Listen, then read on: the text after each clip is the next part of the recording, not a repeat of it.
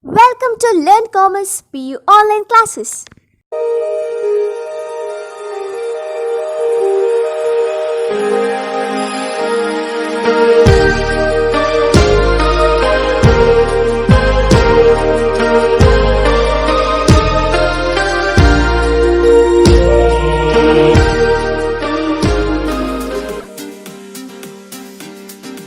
Don't forget to like our video and subscribe our YouTube channel for all the updates.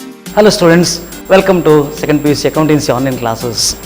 Students, in the previous class we have solved problem number 9. Now let us move on to problem number 10, page number 132 of your question bank. Page number 132, problem number 10. I will read out the problem. In the meantime we will analyze and then we will solve the problem, right? Yes. From the following information, calculate inventory turnover ratio, the stock turnover ratio, fixed assets turnover ratio, working capital ratio, earning per share, book value per share, dividend payout ratio. Already 2 or 3 items I have already calculated in the previous problem, but still let us solve this problem. Okay? Yes. First of all, inventory turnover ratio, problem number 10. Under that, point A, inventory turnover ratio.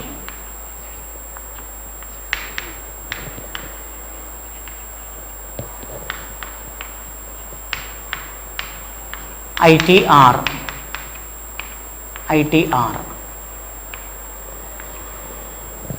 Isn't it?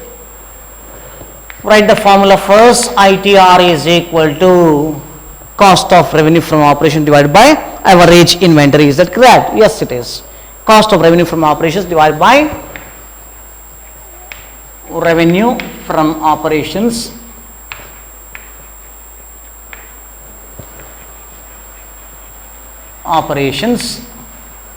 divided by average inventory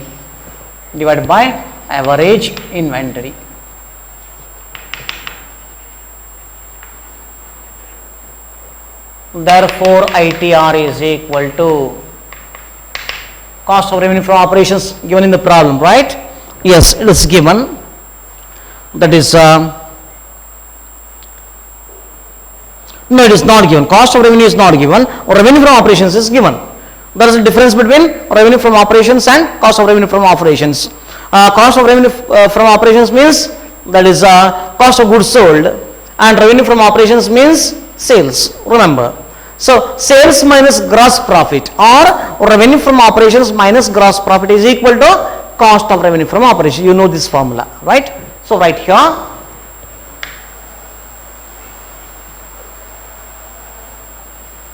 cost of revenue from operations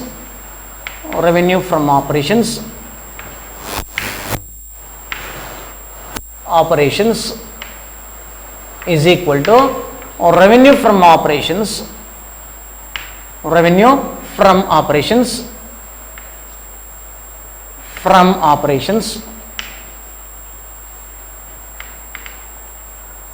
minus gross profit.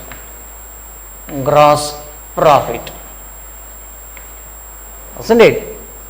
This is formula to calculate cost of revenue from operations. So, revenue from operations is given in the problem, gross profit is given, so 10 minus 2, right? 10 minus 2, is that correct? No, it is 6 and 1.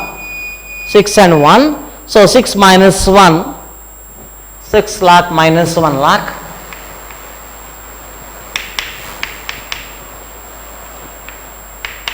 Divided by average inventory. Average inventory means opening inventory plus closing inventory divided by 2. Here average inventory is given in the problem. Stock, opening stock is given, closing is not given. So opening stock itself is the average inventory.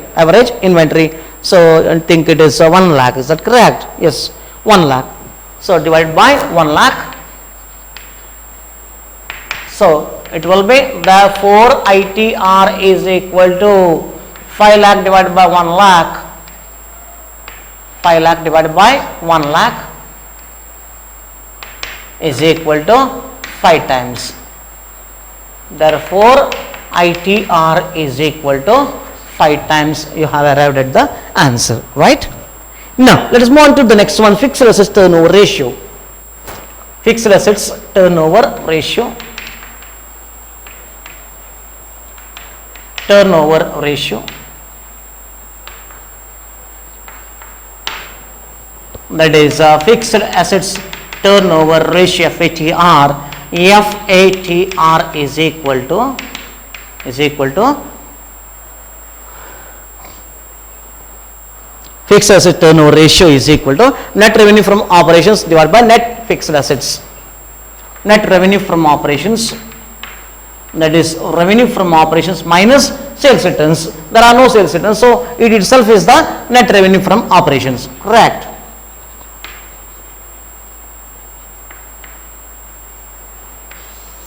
Divided by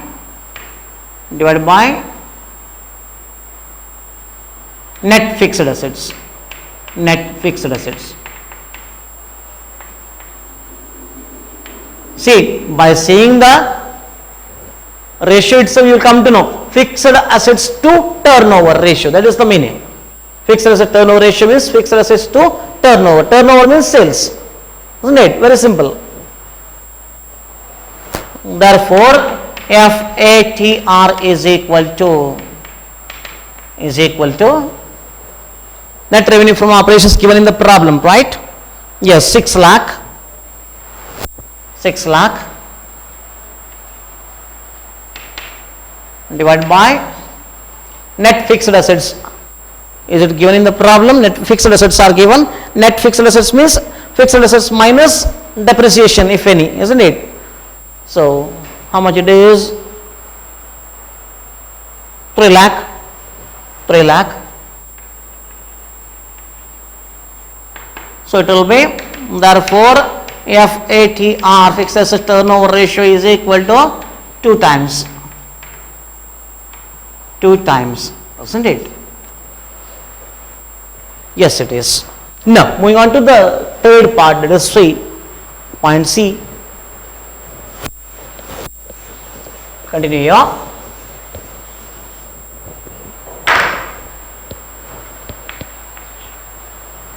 Third one is working capital turnover ratio. Working capital turnover ratio. Working capital to turnover ratio, isn't it? Very simple. Working capital means you know it very well. You have already solved one problem, right? It is current assets minus current liabilities is called working capital. Working capital turnover ratio. Turnover ratio. That is WCTR, isn't it? WCTR is equal to or revenue from operations divided by working capital, or revenue from operations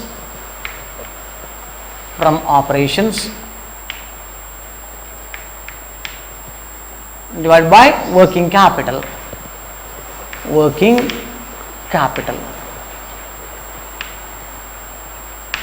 capital, isn't it?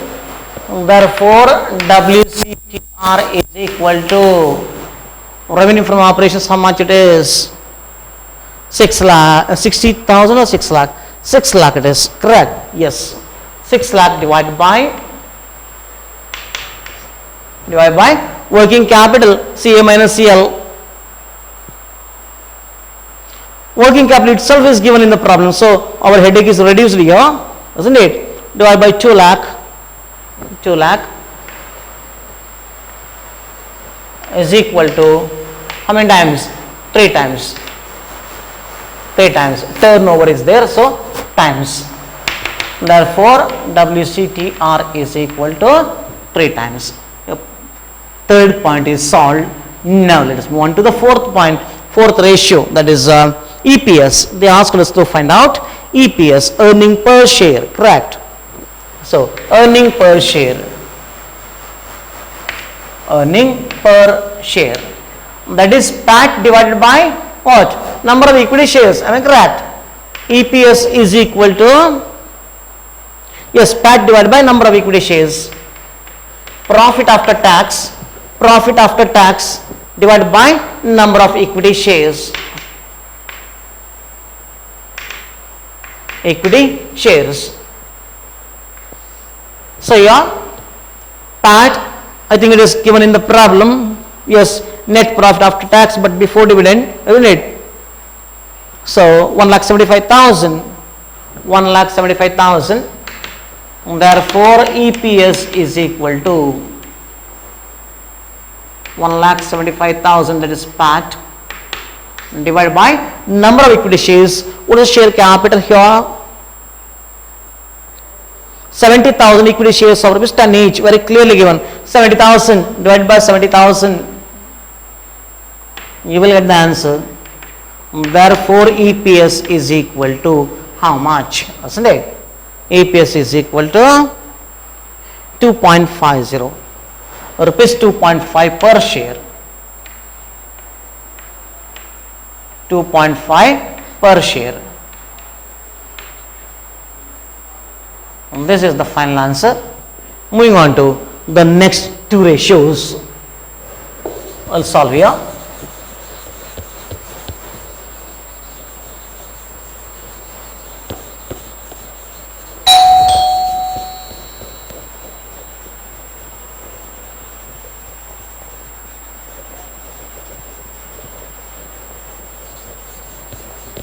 Yes, point E, isn't it? Ratio. Point E, what it is? Book value per share, right? Book value per share.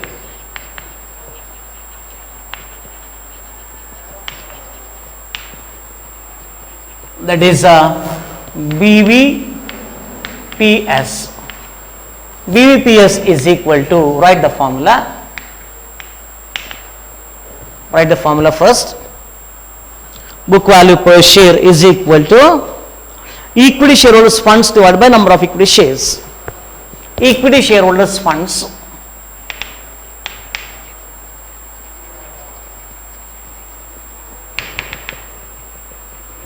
number of equity shares.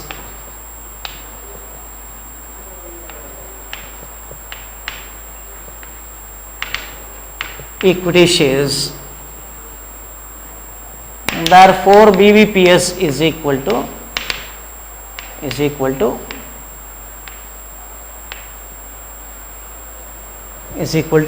equity shareholders funds. How much it is?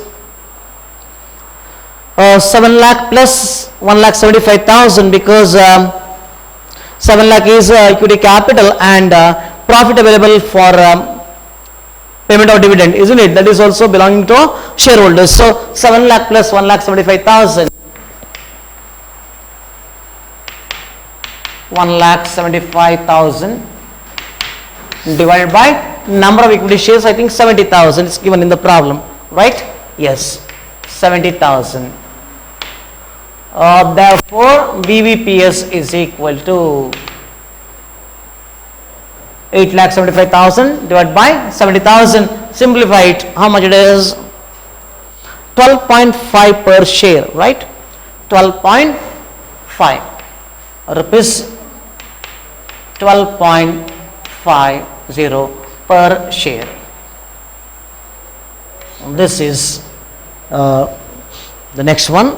Moving on to the last one, that is a dividend payout ratio. Dividend payout ratio, that is point F, isn't it? Dividend payout ratio.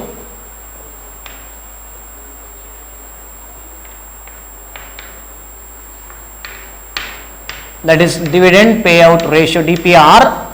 DPR is equal to, write the formula. Dividend payout ratio is equal to dividend per share divided by EPS. Dividend per share divided by earning per share. EPS, earning per share, isn't it? Dividend per share, how much? Well, it was given in the problem? No. How to calculate? Dividend declared at the rate of 15%, right? 15% means how much? What is the face value of the share? Dividend is equal to is equal to 10, face value 10 into 15% is equal to how much? 1 rupee 50 paise. That is rupee 1.5. Rupees 1.5, isn't it? That is the dividend. Now, substitute here dividend per share. DPR is equal to 1.5 divided by EPS, earning per share. Is it given in the problem? Earning per share, EPS, not given, but we have calculated, I think. We have calculated already.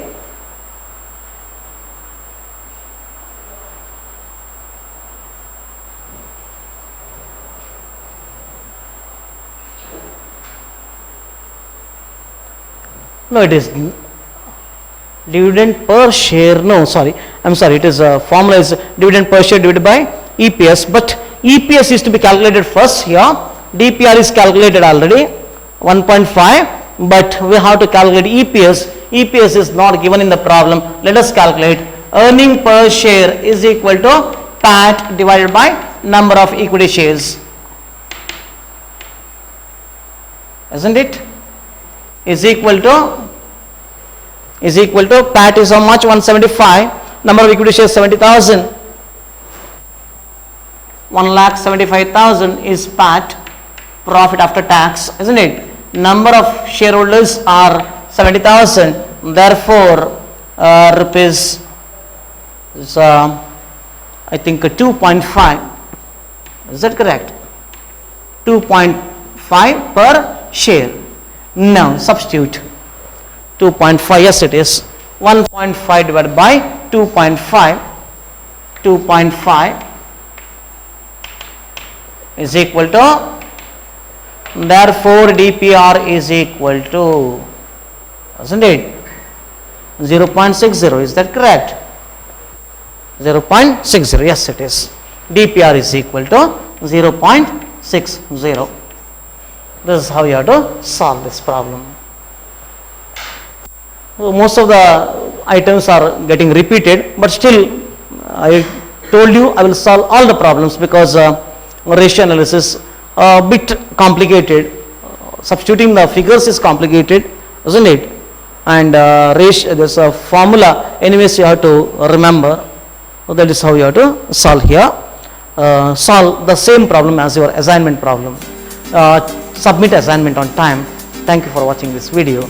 Thank you. Don't forget to like our video and subscribe our YouTube channel for all the updates.